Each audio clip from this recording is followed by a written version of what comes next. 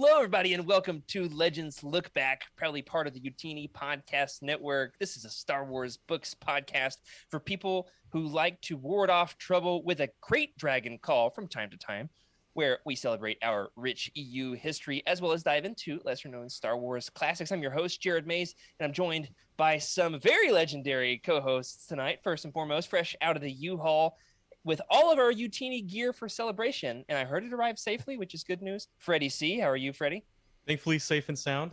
Yeah, it was about a 400-mile journey from Arizona to California, where all this stuff was located. And here I am, back in California, excited to be here, and legendary guest for sure. I think there is Rick.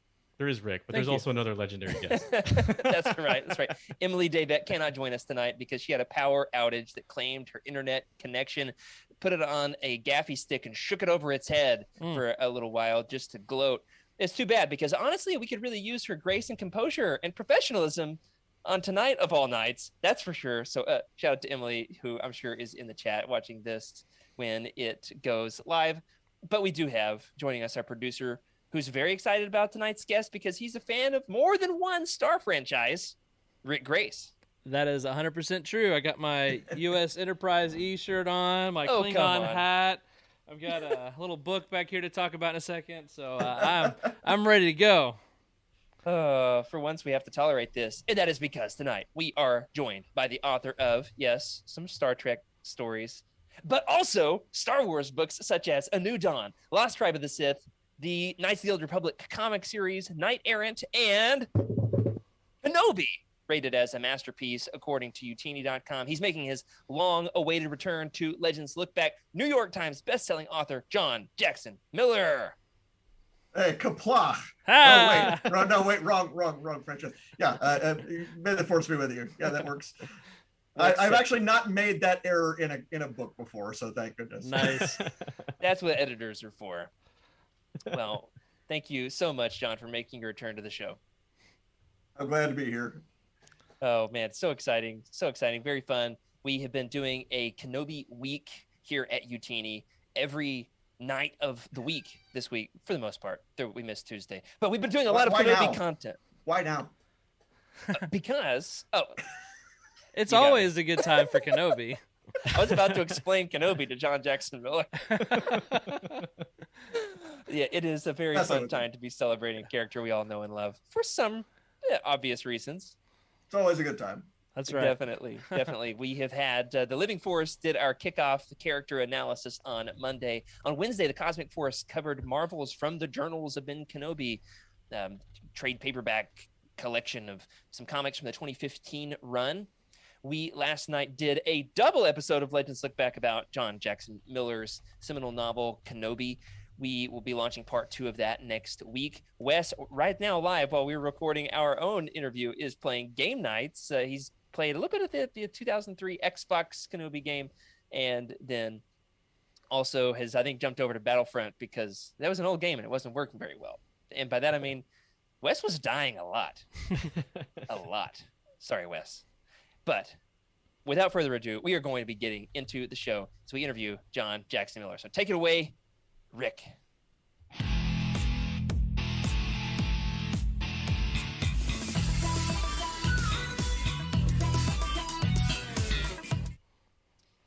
The history of Kenobi really is an amazing story of how it came to be in its present form. To think that it was originally conceived of as something entirely different than what we ended up getting, and yet the Force made a way and got this book to us. Also, some hard work by John Jackson Miller himself and actually having to write the thing. But the stars aligned. On your website, John, you detailed the initial idea for the graphic novel known, at least to you, as Ben, right? Yeah. So can you walk us through the development of that initial pitch versus what eventually became a reality?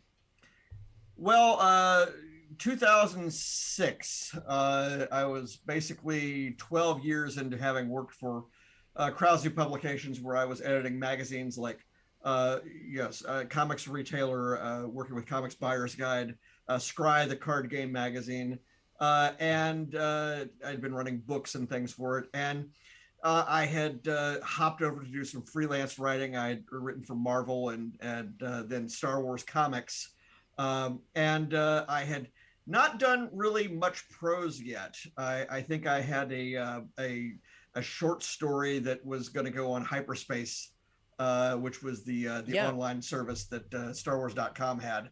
That was do an episode about that, Freddie. That'd be yeah. I was working with Pablo Hidalgo, who was actually running Hyperspace at that point, and so I'm in one of those phases where I know I need to quit my job because a private equity firm has bought it out and then sold it to somebody who is also getting ready to try to sell it. And I'm like, okay, well, I need to try to get as much work as I can together while I can. And there was also this very weird period at the company where they forgot I was working for them. So I was actually doing a number of comic strips for Knights of the Old Republic in my office. I don't guess I can get in trouble from that now, but I was in that office one day in the fall of 2006, where and again I'd been working on a variety of things by that point. To try to get enough work to go off on my own, and I was contacted by Jeremy Barlow, who was my editor on Knights of the Old Republic, saying, let's talk about doing a graphic novel for Dark Horse's 20th anniversary and Star Wars' 30th anniversary, which would have been 2007. Okay. And we started batting ideas back and forth about, well, maybe we could do some kind of a Western, maybe sort of a thing with Boba Fett in it. And then it was, him and me arguing, or not arguing, but arguing in favor or talking about the wonderful points of, well, if we're going to do a Western, we ought to, riff on some, movie that's that we both love. And we mentioned Shane. Which was originally a novel and then a movie starring Alan Ladd Sr. And of course, Alan Ladd Jr. would go on to be a producer for Star Wars, some years later. And again, we hadn't quite figured out, what to do. And then, I guess it was October 5th, 2006. And I know this because it was exactly 15 and a half years before the re-release of Kenobi came out. Oh, cool. Exactly. I've got the email. I posted part of it at one point. I had a brainstorm and I said, okay, I sent an email saying the Ben Kenobi Western is the subject line. And in about 6 paragraphs, I wrote the novel. Very much broad strokes, but most of it is there. In terms of, hey, this is going to take place over the first month or so that Obi-Wan's on Tatooine. It's going to be a handful of interactions. We're going to mostly see him through others' eyes. And, he's going to be a mess. He's going to be trying to figure out what he should do. And he's going to be very much a catalyst in these other people's lives. The one thing I knew I probably wasn't going to be able to do was something that was going to be a real heavy action piece starring Obi-Wan, where he's involved doing a lot of stuff, where he might be visible. This is the period where he's got to go underground. And I said, so here's what we do. I want to paint this this settlement, this area, the claim, and I want to tell a story of this family, and it ends up, by the second draft, breaks up into 2 families, and it goes from it being a younger woman, a teenage. Late teenage woman in the Annalene role to it ends up in like the second draft I come up with the idea of no, it should be a single mom. It should be and she would have a young daughter who you could have those parts of the story that made sense. And I would basically tell the story of these two families that were intertwined, and that kind of have an outsized influence on the area where Obi-Wan, not where he lives, but where he's going to go visit. And the idea from the beginning was he's going to have an interaction with these people. He's going to have an attachment that forms not necessarily romantic, but it's going to be something where he's going to have the opportunity, if he wants, to form his own circle again, a community, friends, because he's coming to terms with the fact that he's lost everything. He's lost everybody. He's lost it all, and he's going to have to learn that he's going to need to walk away from that. He's going to need to not be a regular presence in the local saloons. He's gonna learn that he needs to go hide. He might not necessarily have to be, completely buried, but he simply cannot be part of others' lives. So the book was going to be called, I said, let's call it Ben, because it's about somebody who didn't previously exist. It's about him, transforming from Obi-Wan Kenobi, this famous person, to crazy old Ben. And I can set up some things that lead into later events, but the first reaction that Jeremy had to the plot is, he said, the email, he writes back, "Now we're talking." And okay. And that leads to me doing an outline, and he says, that's good. Let's see if we can make it better. Second outline, and I think that's when a Yark's piece gets larger, and that's also when I bring in Mosep Benid, the lawyer for Jabba, Monkey Jabba. Monkey Jabba, yes. As we call him. Oh yeah, and then I end up doing a third draft, and by the third draft, it's 50 pages long, and by the third draft, we're now into 2007. We have missed the 20th anniversary. And also at 50 pages, there's no way in hell it's going to fit. It's never going to fit in a graphic novel. And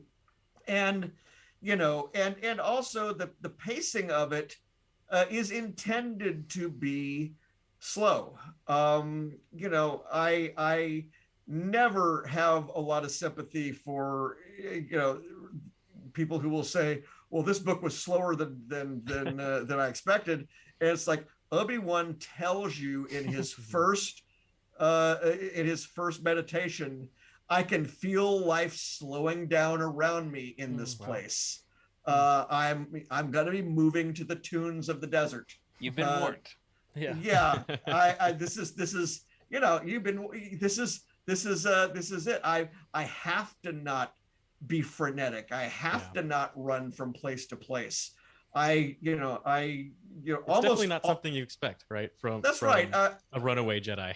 Well, and I'm setting the scene. I'm showing people that are around that, I already knew that we were going to get 90% of our information about him through these other people, because the readers already know who Obi-Wan Kenobi is. The readers already know why he's there. That's not interesting. What's interesting is how he can change his life and the lives of these other people, through his interactions with them that he dares to have, and he has to try to make these decisions about, what is it safe for me to do? He's got to Clark Kent his way through everything. He can't be Superman. He's got to hide behind the hood. He's got to hide behind the glasses, more or less, and do his thing. So anyway, that was the idea there. And there are some very important scenes that I just went ahead and wrote in that third draft, or the second and third draft. Obi-Wan's interaction with the gangsters in Mos Eisley. That set piece was already in my mind all the way back then. The big moment that the one scene that was always in the book that I knew was always going to be there in one way, shape, or form is and this was mentioned in your podcast part 1 the other night, Callie with the shotgun. I was like, okay, this is the moment that I want, where these two families that have been interlocked together hit this crisis moment and fly apart. And she's that the line in there, get away from her, I never liked you people. That's powerful. That's 2006. That's 2007. That's whenever it was. So again, that was all back then. And again, we realized couldn't fit. And then two things happened, which is I think that was probably the last thing I did, the last thing I turned in before I got an assignment on a video game, just doing localization for a Korean video game that paid enough that I was like, okay, I'm out. I can quit. I can do my own thing. By that point, we were really hip deep as well into trying to get the Vector storyline underway for Star Wars. Yeah, we talked about that last time. And so I was so busy with Vector, and I was really the holdup with Vector because I was never getting right what Randy Stradley was hoping for, and did not get it right until later that summer when we all got in a room together at Dark Horse and figured out what we were going to do. But I was like, I quit the day job and was able to go to Star Wars Celebration 07 in Los Angeles, and was picked up immediately more work there. The podcast I just did minutes before this was on my gaming my gaming career, which was not long except for Scry magazine, and the fact that I was asked at that convention to work for the Knights of the Old Republic campaign guide. But the other thing that I was offered to do there, the other project, is that Jeremy came to me and said, I'm the new head of the Indiana Jones line, and I'd like you to and I didn't even let him finish the sentence. I was like, I already said beforehand, if there's an Indiana Jones 4, I'm on it. With the hope that I would actually get to do whatever the follow-on things would be. If there was a regular series or something, because I just love that idea. And so I got Indiana Jones, and we put Kenobi on the shelf. The other reason we put Kenobi on the shelf was because there was a rumor going around the convention at that time that hey, look, George Lucas might not be done with Star Wars again. He might want to do a storyline set in the dark times after Episode 3. Might be the rumor was a live action show that would have been on ABC, which was right. It was Disney by then, but it was not it was not Star Wars Disney. But it was like, okay, well, maybe we can't get near it. So I put it on the shelf, and in the interim, I both did several more years of, Knights of the Old Republic comics. I also did the Knight Errant novel and comics. The Lost Tribe of Sith novel and comics. Yeah, that's a lot of work. Or book of comics. But what that did was that meant that I had done my entree. I'd gotten into writing fiction for Del Rey, sure. And so the first time I brought Kenobi up was at the next Star Wars Celebration in 2010, because we were looking for what should I do next now that I've done the Knight Errant novel, and I mentioned Kenobi, and I think Shelley Shapiro thought it sounded interesting, but it just didn't seem like something they could do because most of what they were doing was not involving the cinematic characters. Right. It was all other parts of the Legends. Yeah, especially that timeline. Yeah, other parts of the EU timeline at that point. And so I had no desire. I never had any desire to do anything for the New Jedi Order era, simply because I had not read anywhere near enough of what I needed to have read to do it. Yeah, there's a lot. Yeah, and most of everything I did was in the distant past. So we come to 2012, and by that point, even though I had 3 comic series running by that point, I had miniseries for Knights of the Old Republic, for Knight Errant, for Lost Tribe of the Sith. It was my last miniseries for each of those. I knew that pretty much, I had I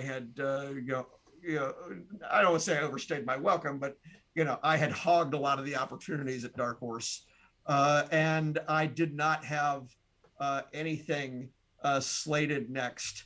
I had looked at doing Knights of the Old Republic. The hope had been that Knights of the Old Republic would get a second series off of the Star Wars Knights of the Old Republic War miniseries, the same way that Legacy got a second ongoing series that followed Legacy War, which was their miniseries. But they ended up going with a different creative team instead of John and Jan. Yeah. For Legacy. I was really not interested in seeing Knights of the Republic come back with somebody else. And so what I did is I although I had ideas, there was never an actual, I don't know if I actually turned in the proposal or not for that series. I instead began developing an idea for, and I've mentioned this from time to time, but probably not on a podcast, but what I took to Celebration, the idea that I had cooked up for Celebration 2012, when I was going to be meeting with the Del Rey staff, my hope was to do something which would be like my own vector, where I would do a storyline that would, be released in chapters the same way that Lost Tribe of the Sith was, and I would do a storyline that would step through time, would start in the Coder era. It would then go through the Lost Tribe of the Sith series, and then it would wind up in Knight Errant. And I would do it in prose. And I got some distance into writing that. Not officially, but I meant the proposal. I got it done. Yeah.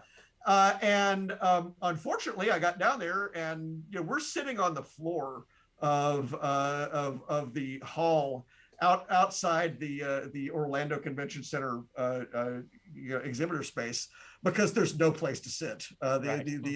There's no place to sit out there, and it's me and my wife and Shelley Shapiro and Frank Parisi, and from Del Rey, and I suggest that idea, and again, that idea I can see now is wallowing hip deep in non-movie continuity.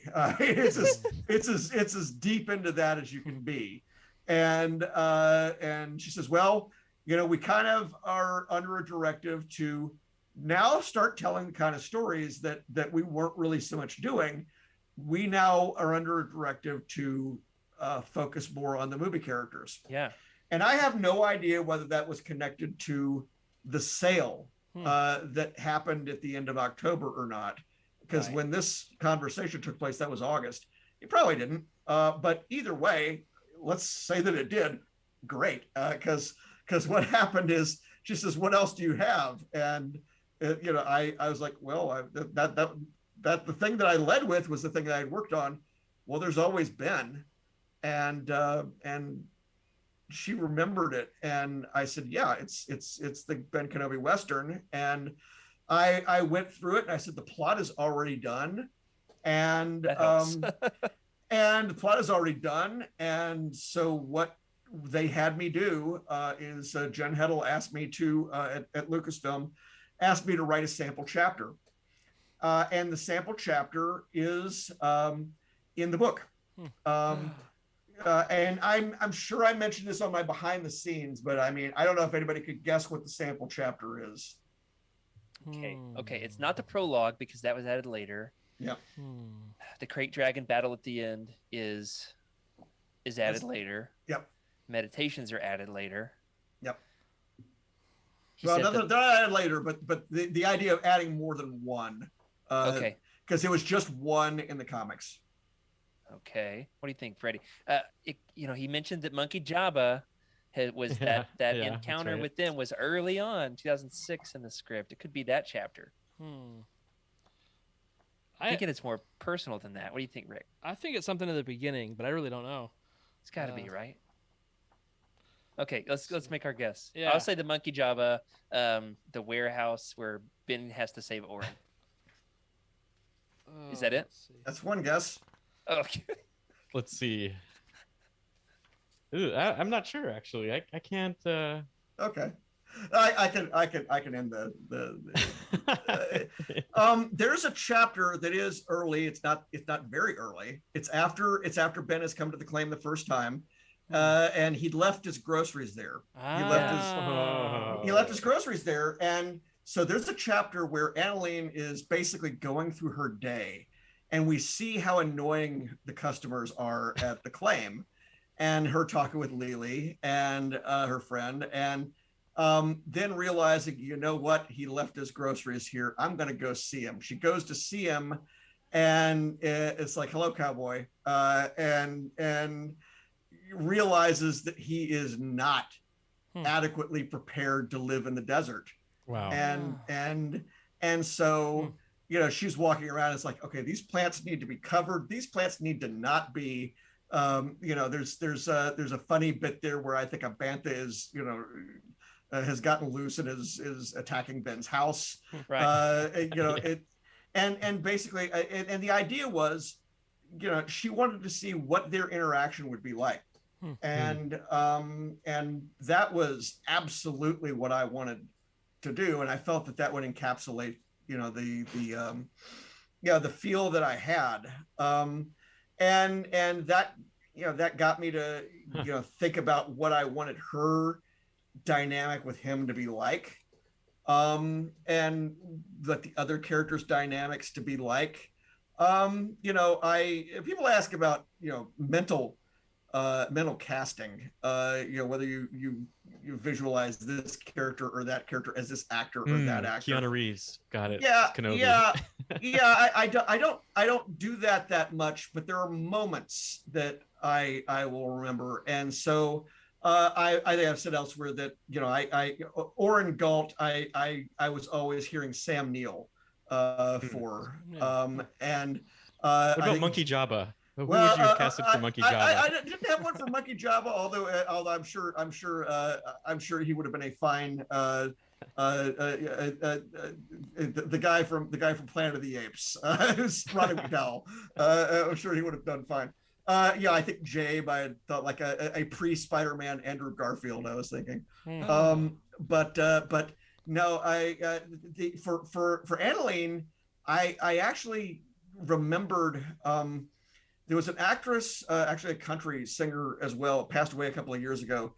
Her name was Larry White, Lari, that appears in one scene in a movie that you won't know her name probably, but you remember the scene. How many people here saw Castaway? Yeah. Oh yeah, for sure. Castaway. Part of it filmed in Arkansas.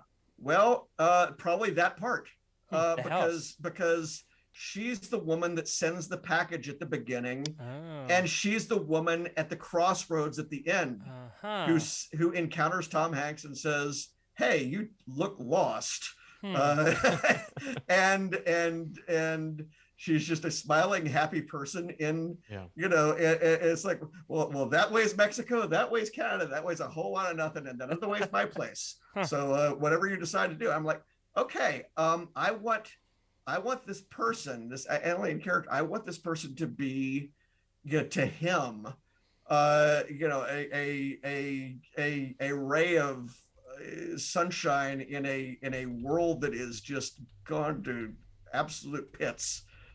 For him, and she's sort of there to say, there's a community over here. It's not the best. It's weird. It's got its own soap opera. But why did you move out here to the middle of nowhere? Why are you, you don't have to stay out here.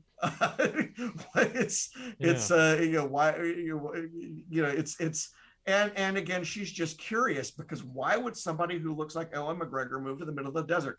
It just doesn't make any sense. Yeah. So John, anyway, one thing about Annalene before we move on, because sure, I've sure. always been intrigued about this. So earlier we heard that you were thinking about making Annalene a character, single mother. Yeah. What was your thought process on that? Why go with the single mother? Was that to to be inclusive, or what was the dynamic Well, there? no, I mean she I needed her to have at least the possibility of a romantic tie, and Okay. I didn't want her to be Oren's wife. And again, originally she was much younger, and it was like, okay, well, that dynamic doesn't work there. If she's yeah, I think she would have been like 19 or whatever. But yeah, I didn't want her to be somebody who was following Obi-Wan around in a creepy way. I wanted them to be equals. I wanted them to be the same age. And in fact, I wanted her to be a little bit further along than he was, in the sense that she had actually had a family. She had actually, had stability for a while in her life. It's all been uprooted, and they're kind of in the same position. If you think about it, they are in the same position. It's just, her life collapsed, but she has had to keep on going with it. And the claim, all those people in that store, they're just more children that she's got. They're more, there are more people that are dependent upon her. And I wanted there to be this moment that you get at the end of the book, or not at the end of the book, but at kind of the 3/4 moment of the book, where she can have this catharsis that he is able to encourage her to have, which is to say, I am trapped. This is absolutely, I don't have time to think about what I want to do with my life. And I'm just trapped. And of course he's trapped too, but he's trapped in a different way. And if you want to think about it this way, I've said that my work has a number of running themes in it, like within my Star Wars work, there's the theme of what does it mean to be a Jedi alone, and no longer supported by the Jedi Order. And that's certainly there in Knights of the Old Republic. That's there in Knight Errant. There's even a Jedi alone floating around Lost Tribe of the Sith. Oh, sure enough. And New Dawn. What is New Dawn except a Jedi alone? They all have that. Yeah. That blew my mind. I didn't even know. So they all have that. But I have more of a meta thing that has been going on in not all of them, almost all of them though, that has continued on into my Star Trek novels, which has to do with loss and moving on. Because Zane Carrick loses the life that he has, and he has to try to make something new.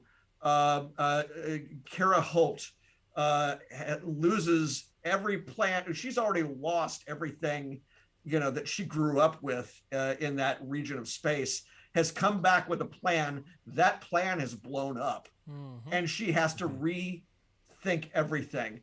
The Sith who crash land on Kesh, they had one whole thing going on, and now that's all gone.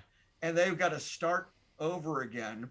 Obi-Wan Kenobi and Annalene are identical in that they have to actually find it within themselves to have the bravery to let go of what they were. They have to try to have the bravery to imagine new lives for themselves, and step into them. It's there, of course, obviously in in New Dawn, in Star Trek. I have, there's 2 books there. The closest to a trilogy I think you'll find thematically with Kenobi, that runs through the novel that came out in 2020, which is Star Trek Discovery Die Standing, which is about the evil emperor from the mirror universe, Emperor Giorgio, who has lost more than anyone has ever lost in the history of loss. Whew, yeah.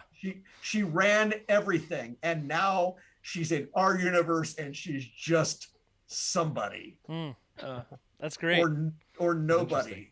And she goes through the motions in that novel of trying to be who she was and recreate who she was. And it's actually, her other self and the people around her in this new universe that say, okay, you're going to have to be something new or you're going to die. I'm not sure which side it's on. It's the Picard novel behind me there. There we go. Boy, that's in there. The Star Trek Picard Rogue Elements, which is about Captain Rios, who is thrown out of Starfleet, has no idea why. Wow. I've said it's kind of a thematic couple with New Dawn in a sense, because they both immediately decide they're going to drink their way through their sorrows. Yeah. But no, I mean, in each case, they have to try to say, I need to actually, stop trying to run on autopilot, because in Obi-Wan's case, it's going to get him killed, and it's going to cause the collapse of all hope. And in Annaline's case, she's going to burn out and she's going to die of hard overwork, because Obi-Wan gets her to the moment that you see in the end of the book. I guess spoilers are way off at this point. We'll have to put a spoiler warning. Obi-Wan gets her to where she is at the end of the book, where she understands, running the restaurant, running the bar, running the claim. That was never her dream. That was never what she wanted to do.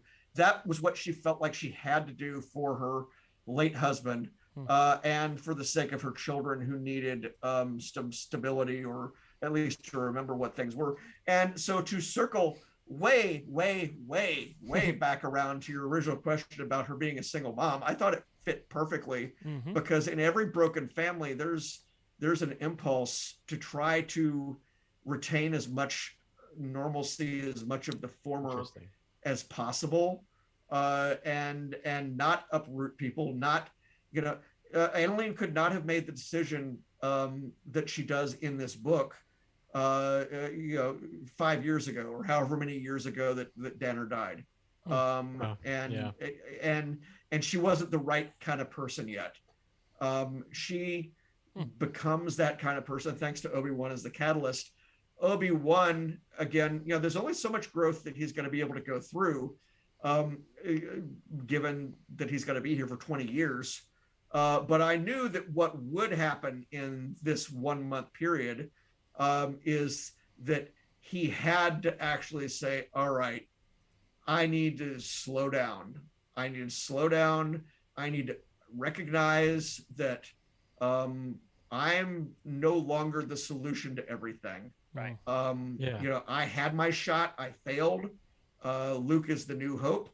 I got to keep him alive, and I need to commit.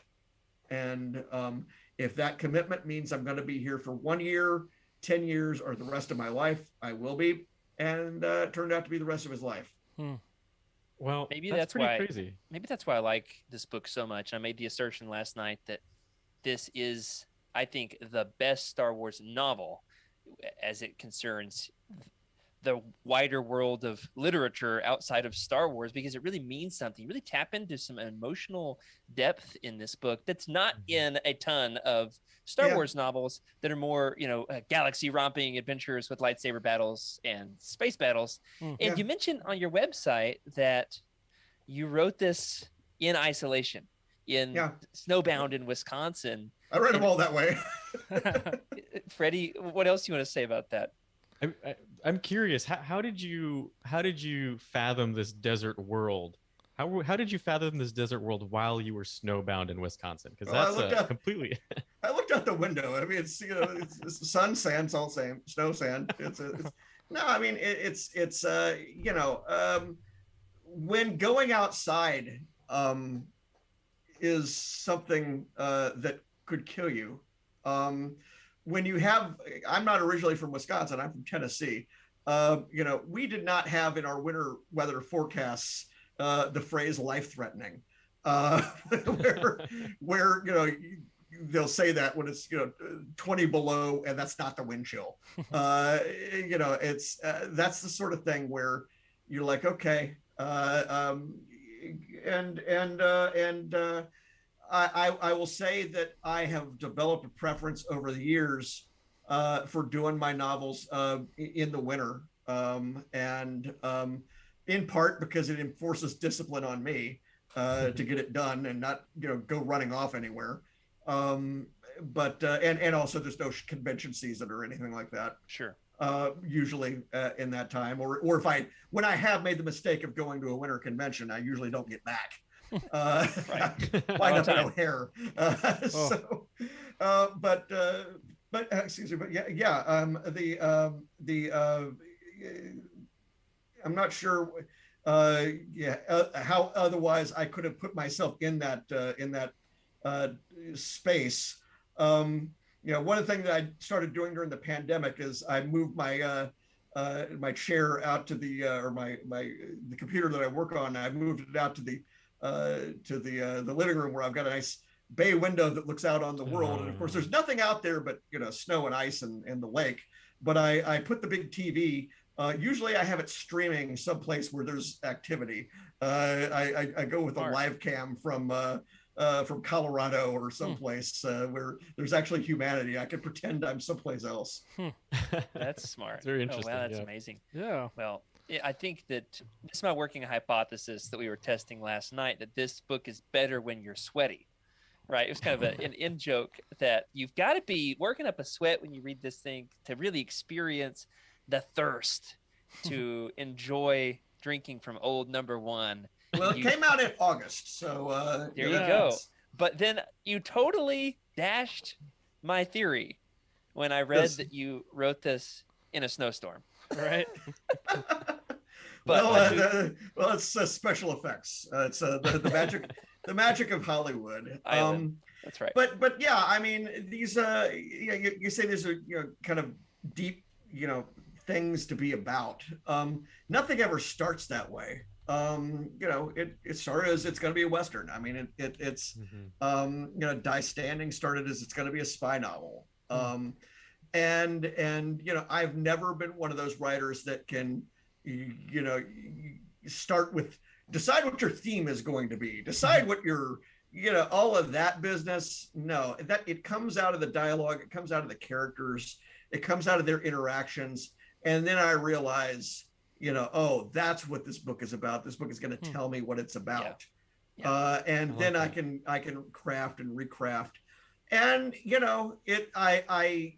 it's not a necessary condition to sell a tie-in novel. It's not the way to sell most tie-in novels. People are looking for different levels of action or different levels of interaction with the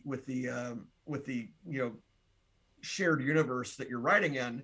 And so they're maybe not as interested in your characters. They want to see more of the the show's characters or the movie's characters or whatever.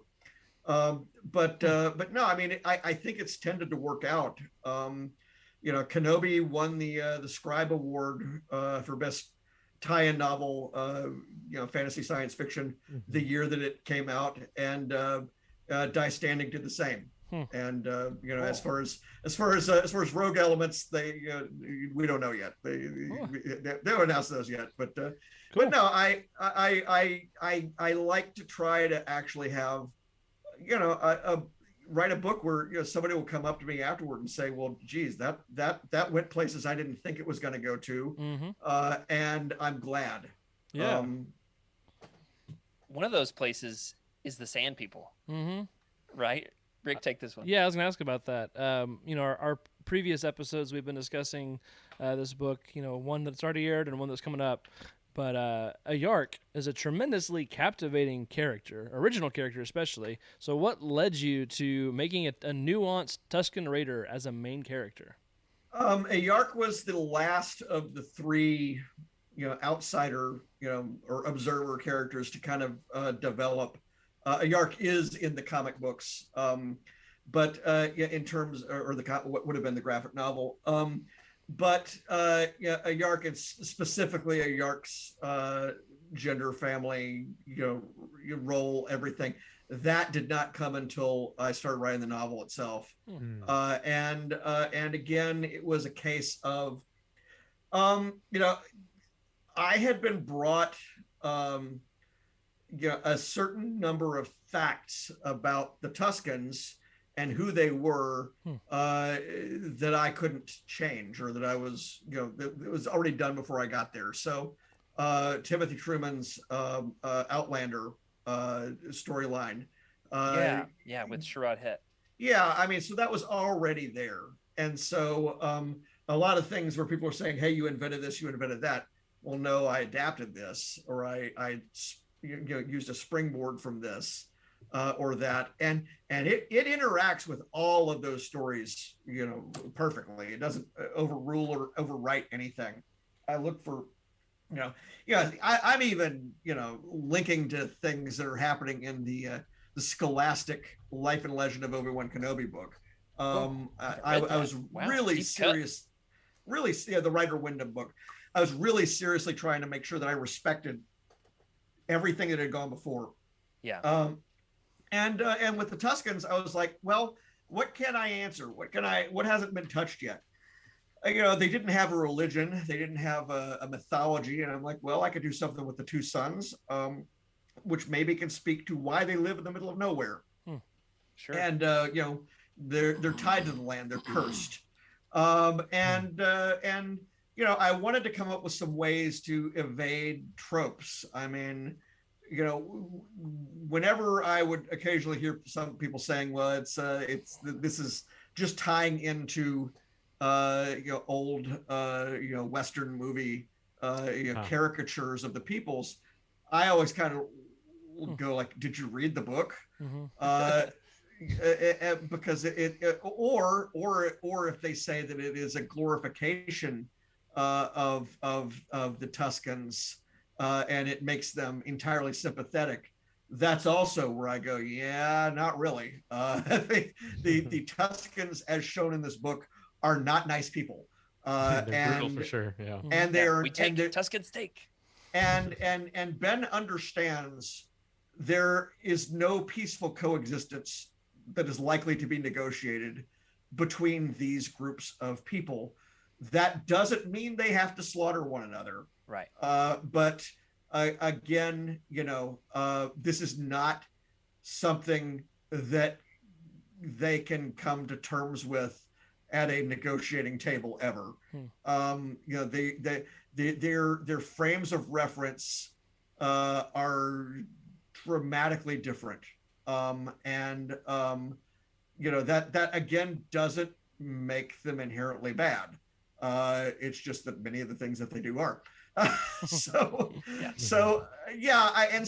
tried to actually, a Yark walks this same sort of path that Obi-Wan and Annalene do, where it comes to the question of imagining a different life for themselves. Yeah. A Yark has to come from the position of, okay, I can't lead these people. We need somebody here to lead us, to seeing that, oh, no, you know what? We don't need anybody to lead these people. I'm here. And so a Yark makes that jump. And in part because, again, Obi-Wan has been the catalyst. It's because he was around Obi-Wan in part that, the facade around Oren Galt breaks free, and we see, who he really was. It's kind of the inverse of it. And even then, Obi-Wan is telling him, no, you can change. You can turn back now. You don't have to make this, the path that you follow. And,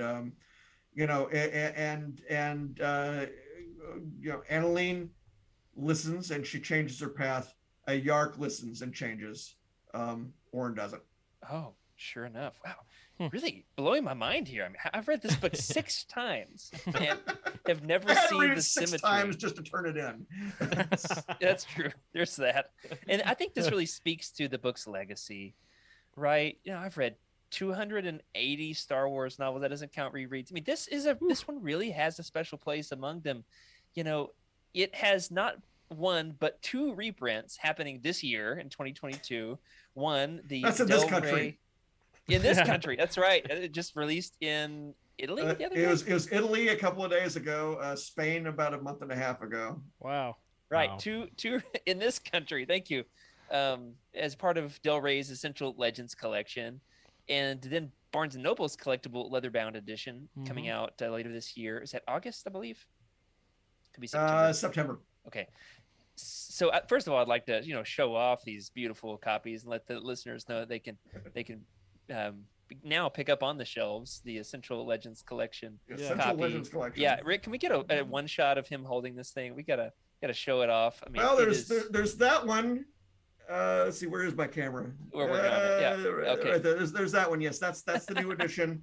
And then of course we have the hardcover back there and the paperback back there. Yeah. And if anybody is depends on when this is going to go online, but actually it'll be online until the 27th. I have the chance for somebody to get that thing. Oh, Oh wow. Yeah, we're putting this up tomorrow, so it's going up Saturday. That plenty of Yeah, time. I realized, you know what? I've had a spare copy of the advanced reader edition of the book for years, and I forgot where it was for the longest time. And I'm like, okay, well, I know where it is now. And so yeah, I did in honor of Kenobi week, I guess, if you want to call it. In honor That's of right. that, sure, Thank fine, you. why not? Absolutely. Yeah, it's on eBay now. So anybody Don goes Jackson Miller referenced Kenobi Week. See, in the article that I wrote for the site, I actually said there'll be surprises. The surprise was that you were gonna do an interview. Oh yeah. I said surprises, but it was plural. Little did I know that we would even be surprised. Well, I was like, I've got too much stuff on my shelves, and I'm like, oh well, gosh, this is a good week for this. That's right. Very cool. So listeners, go on over to John Jackson Miller's Twitter, JJM and check out his eBay listing of, there's a hardcover copy. There's the advanced reader's edition signed, by the way. Yep. Was there more to it than that? Yeah, I also threw in the paperback, which is really, I'm guessing it's the last mass market paperback, the small one.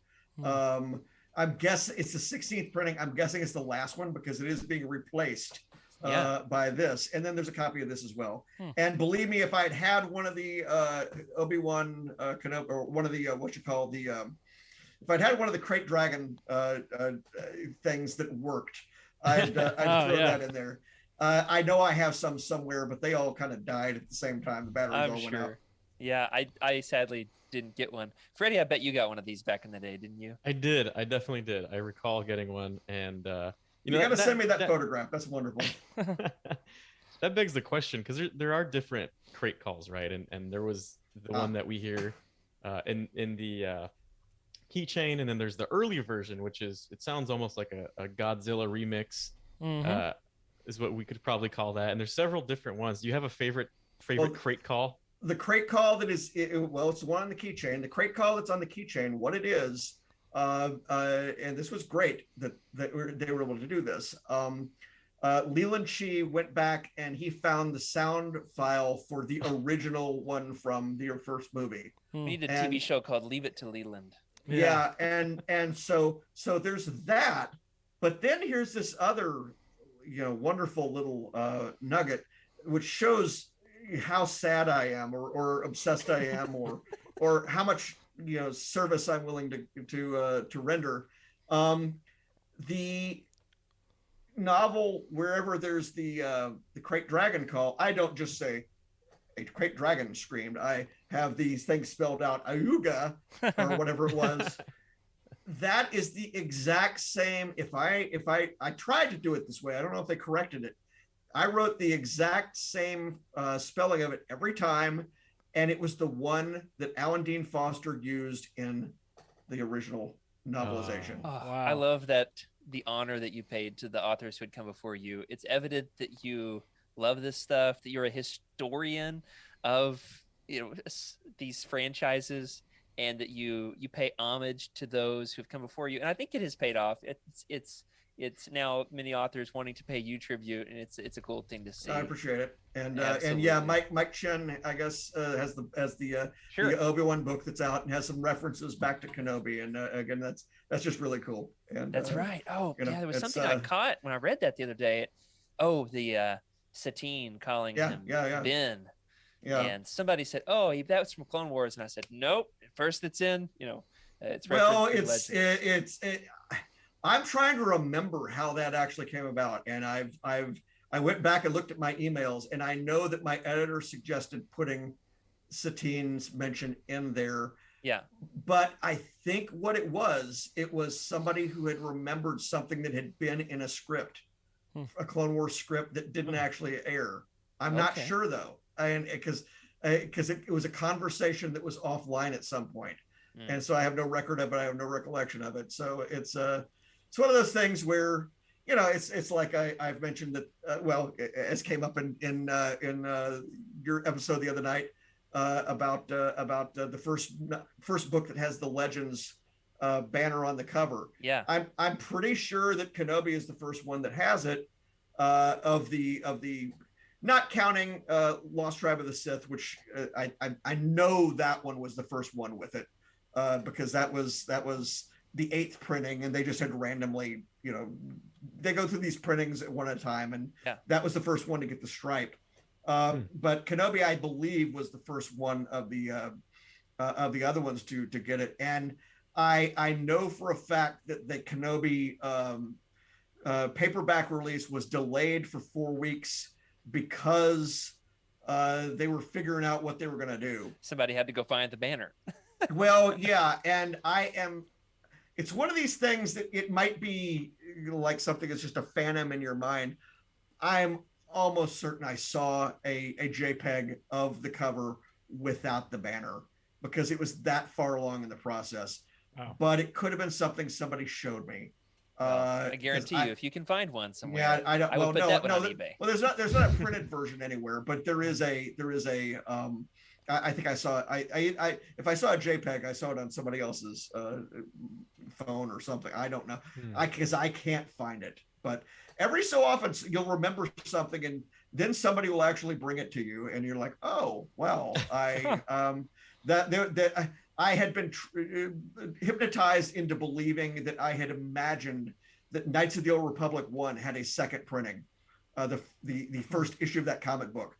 But I could never find it in my email where they told me it had a second printing. Okay. And somebody brought me a copy at where was it? I guess it was Indianapolis, the convention that was there a couple of weeks ago. At FanX Indianapolis, and I'm like, wow, man, you got something worth some money here.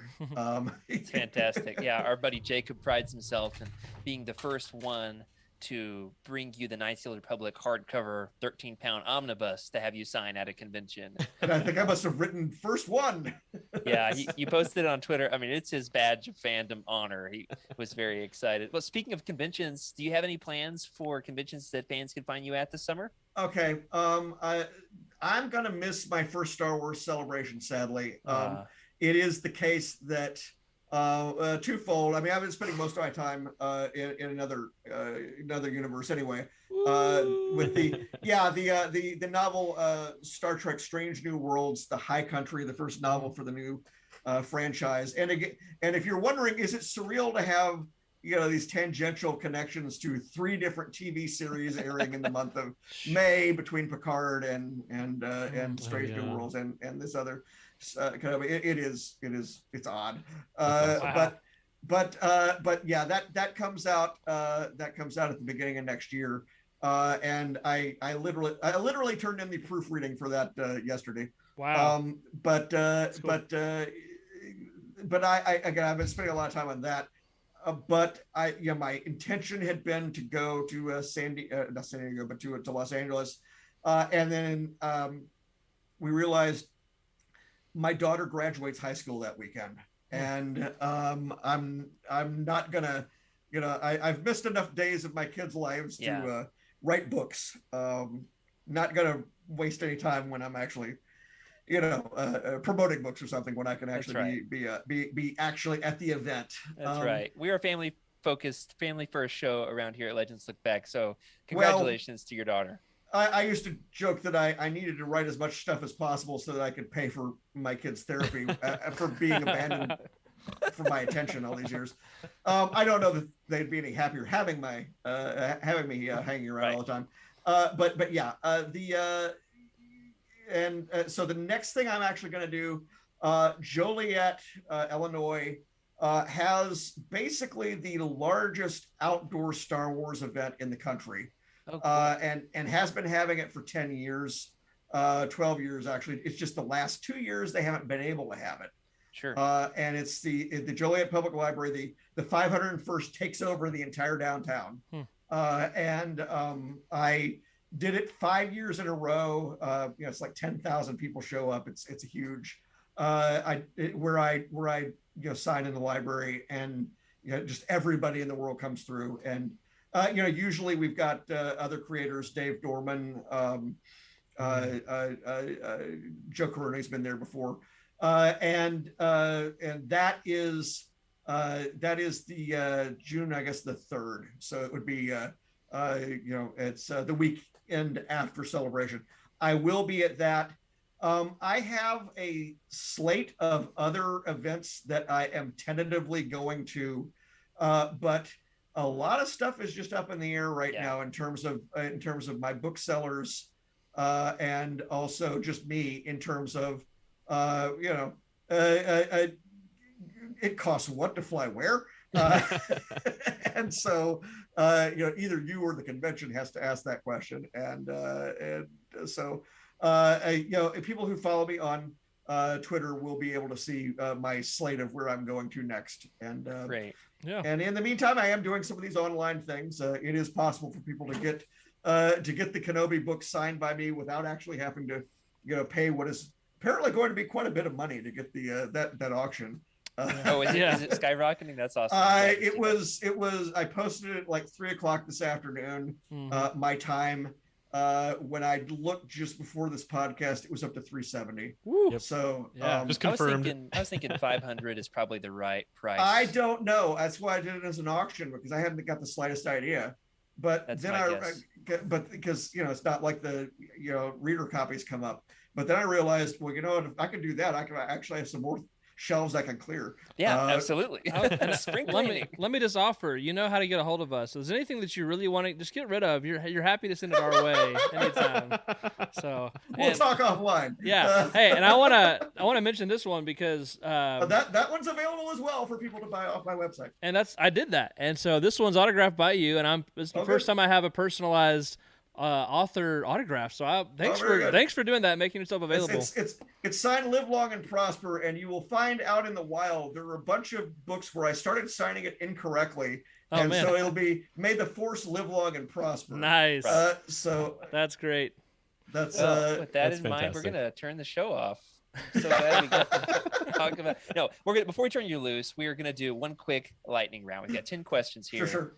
10 questions, and as what do I win? Author, what's that? You get to send us stuff for free.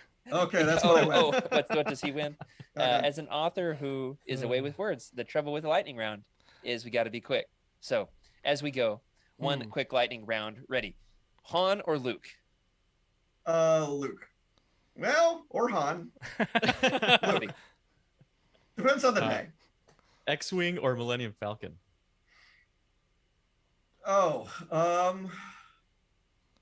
Millennium Falcon. Books or comics?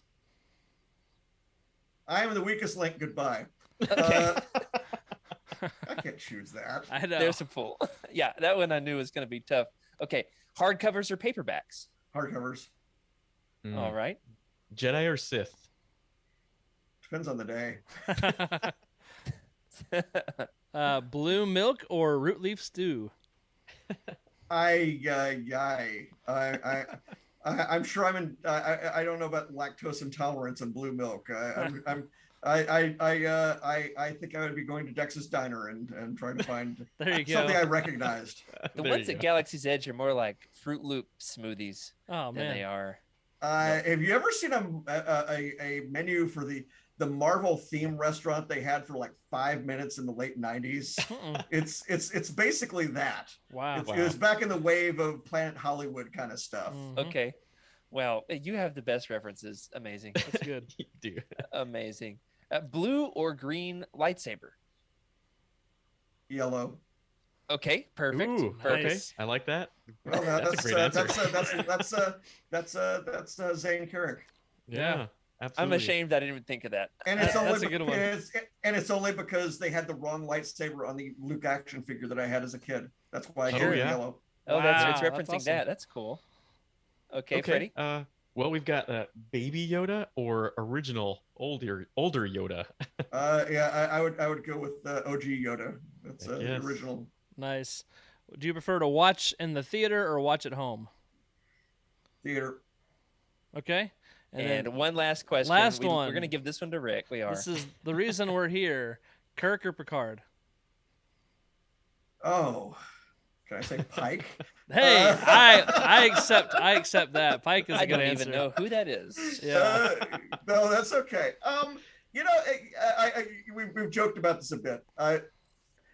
I just try to wallow in whatever shows I think are fun, movies I think are fun, and you know, I could do 3 minutes on the ties back and forth between, you know, these two big franchises. Yeah. That you know, I don't think a lot of people are just even aware of it. I'm not going to do all 3 minutes now, but I mean, You can go ahead. It's fine. well, look. Why is Del Rey Books? Del Rey Books exists in part because the Star Trek blueprints, which were created by a fan, were obtained for Ballantine by Judy Lynn Del Rey. Wow. And it went to the top of the New York Times bestseller list, even though it wasn't a book. Huh. Wow. And that and the Star Trek technical manual led to the Del Reys, Judy Lynn and her husband, having enough clout to get their own imprint and buy a little movie adaptation called Star Wars. Wow. And of course, who did they hire? They hired Alan Dean Foster, who had been writing for them the Star Trek log books, which were the animated series books. Judy Lynn and Lester's assistant was Shelley Shapiro. Okay. Shelley Shapiro, who edited Lost Tribe of the Sith, who asked me to do the first Star Wars fiction I did. Shelley Shapiro, who, when I asked if I could do maps in the Lost Tribe of the Sith books, said, "Do you know who I am?" I used to do because I work with Judy Lynn and Lester, I used to do the maps for the Tolkien estate. Oh. Wow. He drew the maps for the Tolkien estate in the later Middle Earth books that they did. Wow. Yeah. And so you could still see her name on them. You know, Shelley was the editor of Kenobi. When we were promoting Kenobi, the very first event at San Diego promoting it. After that event, I spoke with Jennifer Heddle. We discussed her putting me in touch with Ed Schlesinger, her former co-worker at Simon & Schuster, who ran the Star Trek line. Wow. Because anybody who wallows in TV as much as I do, you know, might want to write Star Trek as well. So I mean, this all interacts and connects. And you know, on this score, I do have because we haven't mentioned projects coming up besides Star Wars, rather Star Trek. It's actually both. I wrote a pair of essays for a pair of academic journals or academic books. They're done by my friend Amy Sturgis and her co-author Emily Strand. These are two professors that do academic books about pop cultural themes. They did one on Star Wars and one on Star Trek at the same time. Wow. I wrote the essays for both of them about tie-in fiction, and it really was me writing those and realizing, oh my Lord, all these names keep reappearing in both of them. That's cool. Yeah. and ideas that appear here first came from there, or vice versa. Oh yeah. And the cross fertilization is just constant. Yeah. I mean, Brian Daley imports into Star Wars the turbo lift from Star Trek. The word. Leland Shee's office, the keeper of the holocron, that was something Gene Roddenberry wanted to get for Star Trek and Paramount in 1968. Wow. After the book that Golden Press did, the first tie-in Star Trek novel was so bad. Is it because it was Star Trek? No, I can't. No, it was because the writer didn't have any idea how the show did anything, and so. Oh no! Well, I'm so glad we made it to the maps. The maps almost made it into part 1 of our show. They almost made it into part 2. I almost asked the interview question about the maps. So I'm glad we got to them. There are maps in the Kenobi book too, except they're on the Star Wars website. Maps of the events of Kenobi. Nice. So I'm about to drop that in the Discord. Well, thank you, John, for podcasting with us. This has been a real pleasure. Thank you. That does it for this week. Thank you for joining us for Legends Look Back. Thank you to our Discord member, Kylo10, for the aniline question. Shout out to him. He provided that one for us. A huge thank you, of course, to John Jackson Miller. And congratulations on the release of Kenobi as part of the Essential Legends collection. If you'd like your thoughts around the show, you can email us at legendslookback@utini.com. You can send us a message in the Legends Look Back Discord channel. Leave a comment on this episode on YouTube. Or you can find us on Twitter at Legends Look Back, or you can contact John Jackson Miller, who is maybe the most entertaining person that I follow at JJM Far Away. If you're looking to buy some of these books, such as, Kenobi by John Jackson Miller, or I guess those Star Trek books, but what you do is you go on over to utini.com, you click on the Amazon link in the profile, and then we get a few cents to help keep the lights on, and I believe he does as well. And after you've read the book, you can leave us a review, but you have to leave the Star Trek review somewhere else, sorry to say, and let us know what you think. Remember, everybody, to keep the Utini fan code, be a force of positivity in the fandom. And Rick, why don't you say his little tagline there? May the Force do what? That would be, may the Force live long and prosper. There it is. There it is. Just for you. Good night, everybody.